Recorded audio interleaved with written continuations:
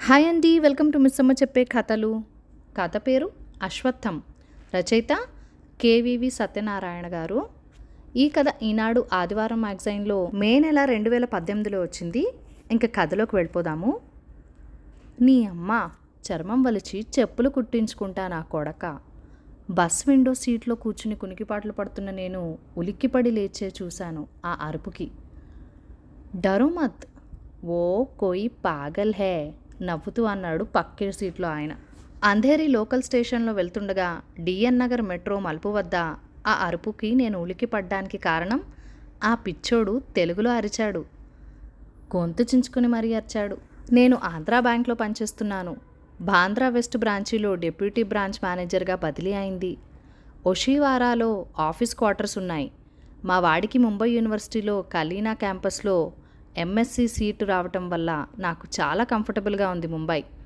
Quarters నుంచి బస్సులో Andheri station వరకు వెళ్ళి అక్కడి నుండి బాంద్రా లోకల్ ట్రైన్లో వెళ్తాను. నా చిన్నతనంలో నాన్న అమ్మ చనిపోయారు. ఈ మధ్యకాలంలో అత్తామామలు కూడా కాలం చేశారు. కాశీ గయా కార్యక్రమాలన్నీ పూర్తయ్యాక అమ్మా నాన్నల ఆప్తికం నాకు చాలా ఇంపార్టెంట్. నా ప్రస్తుత సమస్య ఈరోజు మా నాన్న ఆప్తికం. చాలా డిస్టర్బ్గా ఉంది. మాతుంగలో ఓ పంతుల్ని పట్టుకున్నాను. తెలుగువాడే. ఇంటికొచ్చి చేయమంటే 4,000 అన్నాడు. ఇది మొదటి సంవత్సరం సార్థకర్మ కాదు బాబు, 30 ఏళ్ల తర్వాతది అన్నా. నవ్వి అందుకే 4,000 అన్నాడు. తప్పదుగా, అందరి స్టేషన్కి అరగంటలో వస్తానని ఫోన్ చేశాడు. వెళ్ళి ఆటోలో తీసుకురావాలి ఆ అయ్యవారిని. అసలు బయటకు వెళ్ళాలంటేనే అంధేరి లోకల్ స్టేషన్కే వెళ్ళాలి. రోజు డిఎన్ నగర్ మెట్రో మలుపు దగ్గరికి వచ్చేటప్పటికి ఆ పిచ్చివాడి అరుపులు వినిపిస్తున్నాయి. వాడు అరిచే అరుపులకి బస్సులో మిగిలిన వాళ్ళకంటే నేనే ఎక్కువ కనెక్ట్ అవుతున్నాను. ఒసేయ్, ఎక్కడ చచ్చావే, వాడి దగ్గరే కులుకుతున్నావా? ఈసారి ఇదేదో ఇంకా ఇంట్రెస్టింగ్గా అనిపించింది. బస్సు అప్నా బజార్ దగ్గర ఆగితే అటు ఇటు చూశాను, కనబడతాడేమో అని. కనిపించాడు. మాసిన గడ్డం, చిరిగిన బట్టలు, చింద్రవందరగా ఉన్నాడు. చేతిలో ఒక ప్లాస్టిక్ వాటర్ బాటిల్ పట్టుకున్నాడు. ఆ దారంటే వస్తున్న ఒక వ్యక్తిని హఠాత్తుగా ఆపి చెయ్యి లాగసాగాడు. అకాల మృత్యుహరణం, సర్వవ్యాధి నివారణం, సర్వపాపక్షయం, శనీశ్వర పాదోదకం పావనం శుభం. చెయ్యి పట్టరా అప్రాచ్యుడా, అలా వెర్రి చూపులు చూస్తావే? ఏల్నాటి శని పట్టి ఏడుస్తున్నావు ఏ అప్రాసి వెదవా. ఆ వ్యక్తికి అర్థం కాలేదు. అరే పాగల్, చోట్. చెయ్యి విదిలించుకొని పరిగెత్తాడు. చాలా స్పష్టంగా ఉంది ఉచ్చారణ. సందేహం లేదు, అతడెవరో పెద్దింటి వాడే. పిచ్చి ముదిరి ఇంటి నుంచి పారిపోయి వచ్చి ఉండాలి. బస్సు ఒక్క కుదిపి బయలుదేరడంతో ముందుకు చూశాను. కండక్టర్ ఐరన్ రాడ్పై శబ్దం చేస్తూ అన్నాడు, కుటే ధర్మపురి, కాయ్ ధర్మపురి. సీనిగాడితో త్వరగా మాట్లాడాలి, త్వరగా చల్. కండక్టర్కి కోపం వచ్చింది. అరే చల్ బే, పెహలే ఉత్తర్ బాస్ సే. చెయ్యి పట్టుకొని లేపి బ్యాక్ డోర్ దగ్గరికి తీసుకెళ్లాడు ఆ పిచ్చోణ్ణి. ఒక్క తోపు తోసి రాడ్ పైన 2 సార్లు శబ్దం చేశాడు. బస్సు కదిలింది. బహుశా అలా చేయకుండా ఉండాల్సిందా కండక్టర్. ఇవాళ జంధ్యాల పరిపూర్ణమ సన్యాసుల్లారా, జంజాలు వేసుకుని తగలడండి. ఒరే సోంబేరి, నిన్నే. ఇక తట్టుకోవడం నా వల్ల కాలేదు. రోజు ఈ న్యూసెన్స్ ఏంటి? టైం చూసా, ఇవాళ కాస్త ముందు బయలుదేరినట్లున్నాను. ఆ ముసలాడి సంగతి ఏంటో తేల్చేయాలి. వీడు హిందీలోనో మరాఠీలోనో మాట్లాడుంటే ఈ పాటికి తన్ని తరిమేసేవాళ్ళు. తెలుగులో తగలడి బతికేస్తున్నాడు. ధాకే కాలనీ బస్టాప్ రాగానే దిగి వెనక్కి నడిచాను. ఆ పిచ్చాడు ఓ చేతిలో పొడవాటి తాడుని పట్టుకొని అప్నా బజార్ ముందు అటూ ఇటూ తిరుగుతున్నాడు. వచ్చేపోయే వాళ్ళని గదమాయిస్తున్నాడు. అప్నా బజార్ గేట్ దగ్గరికి వెళ్ళి సెక్యూరిటీ గార్డ్ దగ్గర నిలబడి ఉన్నాడు. అతని మెడలో ఇలాంటి తాడే వేసి ఉంది. దగ్గరగా వచ్చిన నన్ను చూసి పిచ్చాడు చిరాగ్గా, ఏరా సీను, ఎక్కడ చచ్చావు ఇప్పటి వరకు? రా, ముందు జందెం వేసుకుని తగలడు. చేతిలోని తాడు నా మెడలో వేయబోయాడు. వారిస్తూ అన్నా, నేను బ్రాహ్మణుని కాను. ఓరి వెధవా, జందెం బ్రాహ్మణుడికి కాదురా, బ్రాహ్మణికానికి. బ్రాహ్మణికం కులం కాదురా సన్యాసి. క్యారెక్టర్. నా జుట్టు పట్టుకుని ఆ చెంప ఈ చెంప వాయించినట్టు అనిపించింది. ఎక్కువసేపు అక్కడ ఉండలేకపోయాను. బస్ స్టాప్లో మరో బస్సు ఆగితే పరిగెత్తుకెళ్ళి బస్సు పట్టుకున్నాను. ఈరోజు 4వ శనివారం, సెలవు దినం. సుజాత, చిన్న షాపింగ్ పని ఉంది, మీరు ఖాళీయేగా? లోఖండ్వాలా వెళ్దాం రమ్మంది. సన్నీ కాలేజ్కి వెళ్ళాడు. హఠాత్తుగా అన్నాను, అంధేరి వెళ్దాం. స్టేషన్ దగ్గర మార్కెట్ చూసావుగా, నాకు పనుంది. నా వంక ఓసారి అదోలా చూసి సరే అంది. బయటకొచ్చి ఆటో ఎక్కాం. మళ్ళీ డిఎన్ నగర్ మెట్రో మలుపు నాకెందుకో హార్ట్ బీట్ పెరుగుతోంది. ఆప్నా బజార్ ఢాకే కాలనీ బస్టాప్ దాటి ముందుకు వెళ్ళిపోయింది ఆటో. ఈసారి ఎటువంటి శబ్దం లేదు. ఆటోలోంచి సగం బయటికి వంగి చూస్తుంటే వెనక నుంచి లోపలికి లాగింది సుజాత. గత 4 రోజులుగా నాకు చాలా అనిజగా అనిపిస్తోంది. బ్యాంకులో కూడా ఏ పని సరిగ్గా చేయలేకపోతున్నాను. కస్టమర్స్తో కూడా గొడవ పడుతున్నా. వెళ్ళేటప్పుడు వచ్చేటప్పుడు ఢాకే కాలనీ దగ్గర దిగటం వెతకటం అలవాటైపోయింది. ఆ ముసలాడు కనపడడం లేదు. ఆ అరుపులు వినపడడం లేదు. ఏమయ్యాడు అతను? ఆదివారం ఉదయాన్నే బయటకు వెళ్తుంటే అడిగింది సుజాత. ఎక్కడికి అని. అంధేరి స్టేషన్ వరకు వెళ్ళొస్తా. ఏం? Recovery drive. ఆదివారమా? మరి మార్చి నెల కదా ఇది. మార్చి నెలల్లో బ్యాంకర్స్కు ఆదివారాలు ఉండవు. చిరాగ్గా అన్నాను.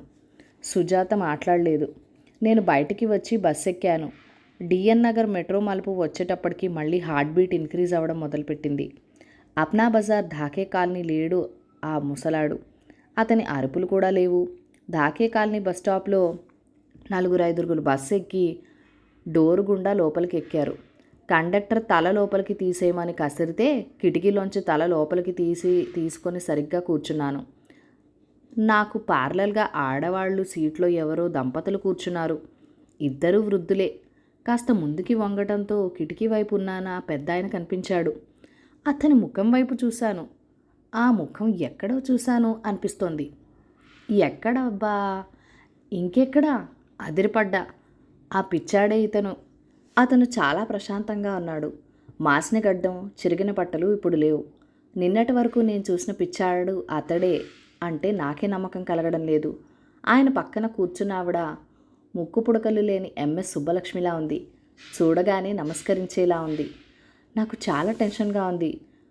వాళ్ళ వెనక సీట్ ఖాళీ అయితే అక్కడ కూర్చున్నాను. నమస్తే అండి.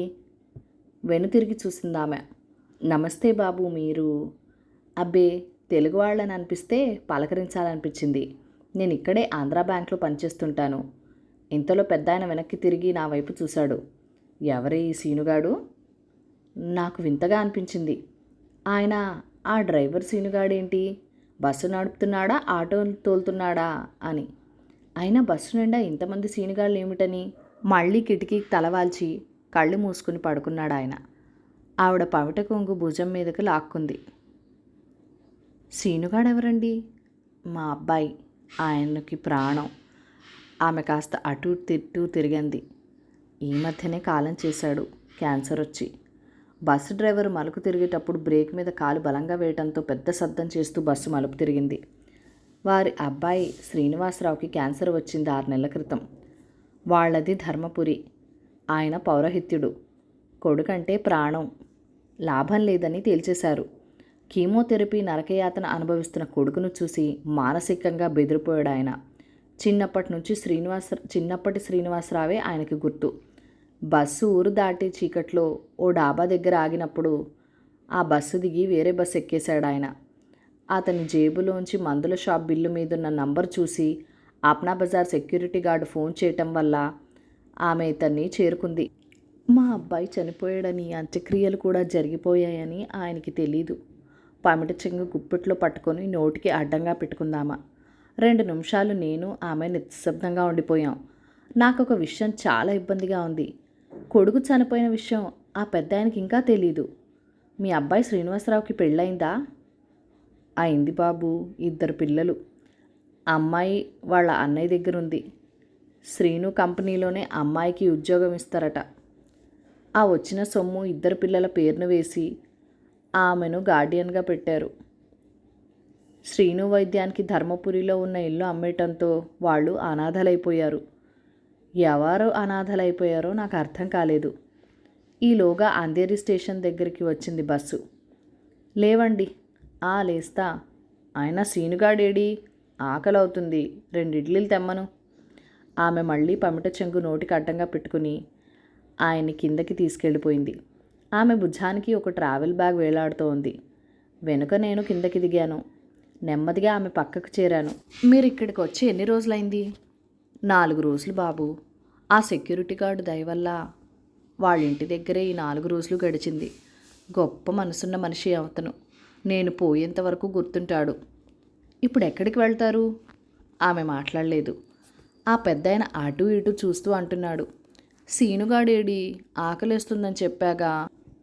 ఇడ్లీ బయట ఇవ్వరట, మనమే వెళ్ళి తినాలంట, త్వరగా పతండి అని ఆయన చేపట్టుకున్నాను. హఠాత్తుగా నాకేదో అయింది. వారిద్దరినీ ఏదోలా ఇక్కడే ఆపేద్దామనుంది. ఎలానో వాళ్లకు కొంపగోడు లేదు. ఆ పెద్దావిని కన్విన్స్ చేస్తే సరి. ఒకవేళ ఒప్పుకుంటే సుజాత ఏమంటుందో. ముక్కు మొహం తెలియని మొత్తం ఫ్యామిలీని తెచ్చి ఇంట్లో పెడతానంటే నన్ను కూడా బయటకు పొమ్మంటుందేమో. ఏదో చెయ్యాలి. ఎలా అయినా ఇది నాకు అవసరమా? సిఎన్టీలో 3 గంటలకి కోనార్క్ దొరుకుతుంది, కానీ రిజర్వేషన్ లేకుండా ఎలా? ఆమె మాట్లాడలేదు. అప్పుడే సిఎన్టీ నుంచి లోకల్ ట్రైన్ వచ్చినట్లుంది. జనాన్ని దిగనిచ్చి మేము ఎక్కాం. 3 టికెట్లు విడిగా చింపి జేబులో పెట్టుకున్నాను. ఆ ముసలాయన మళ్ళీ కిటికీ పక్కనే కూర్చున్నాడు. వాళ్ళకి ఎదురుగా నేను కూర్చున్నాను. ఆదివారం కావడంతో అంత రష్ లేదు. ధర్మపురిలో ఇల్లు కూడా అమ్మేశానన్నారుగా, మరి ఎక్కడికి వెళ్తారు? ఊర్త్యమూలం మధాసకం అశ్వత్థం ప్రహూర్యవం ఛాందసి యశ్వప్రణాని యశ్వం వేద సవేదవిత్. గట్టిగా చదివాడు ఆయన. ఆయన ఎడం చేయి కిటికీ మీద ఉన్న నా కుడి చేయిని తాకింది. అది ఆమె చూసింది. ఆమె కళ్ళల్లో చాలా ఆనందం కనిపిస్తోంది. ఆయన సరిగ్గా ఉన్నప్పుడు 5 నిమిషాలకో గీతా శ్లోకం చదివేవారు బాబు. మళ్ళీ ఇప్పుడు అంటూ పవిటి కొంగు నోటి దగ్గర తీసుకెళ్ళింది. ఇక్కడ ఉండిపోవచ్చుగా. నాలోని బ్యాంకర్ ఎందుకో మేల్కొన్నాడు. ఇక్కడ ఈయన లాంటి వాళ్ళకి చాలా డిమాండ్ ఉంది. ఆబ్దికానికి 4,000, వరలక్ష్మి వ్రతానికి 5,000, పెళ్ళిళ్ళైతే ఇంక చెప్పనక్కర్లేదు. దాదాపు 10,000 కుటుంబాలు ఉన్నాయి తెలుగు వాళ్ళవి. ఆమె వింతగా చూస్తోంది నా వంక. దాదర్లో ఆంధ్ర మహాసభ ఉంది. రవీంద్ర గారి అని నాకు తెలిసిన పెద్ద ఆయన ఉన్నారు. అక్కడికి వెళ్దాం. ఆయన మామూలు మనిషి అయ్యేంత వరకు అక్కడే ఉండండి. వాషీలో తెలుగు కళా సమితి ఉంది. రెడ్డిగారి నగర్లో రవీంద్ర గారు ఓ చిన్న రూమ్ ఏర్పాటు చేస్తారు. అది చాలు కదా ప్రస్తుతానికి. కాస్త అలవాటైతే నెలకు 30-40 వేలు సంపాదించుకోవచ్చు. గ్యాప్ లేకుండా మాట్లాడుతుంటే ఆయాసం వస్తోంది. మళ్ళీ ఆమె పమిటి కొంగు గుప్పెట్లో పట్టి నోరు నొక్కుంటూనే ఉండగా, మనం వాడలా రోడ్ దగ్గరికి దిగిపోదాము. దగ్గర ట్రైన్ వాడలా రోడ్ స్టేషన్లో ఆగింది. ఆయన చెయ్యి పట్టుకుని అన్నా, లేవండి నాన్న. కథ సమాప్తం. ఈ కథ మీకు నచ్చినట్లయితే కనుక లైక్ చేయండి, షేర్ చేయండి, మన ఛానల్ని సబ్స్క్రైబ్ చేసుకొని మీ సపోర్ట్ ఇవ్వండి. మీ అమూల్యమైన ఫీడ్బ్యాక్ అండ్ సజెషన్స్ ఏదైనా ఉంటే నాతో కామెంట్ సెక్షన్లో కూడా షేర్ చేసేయండి. Thank you for watching. Bye bye.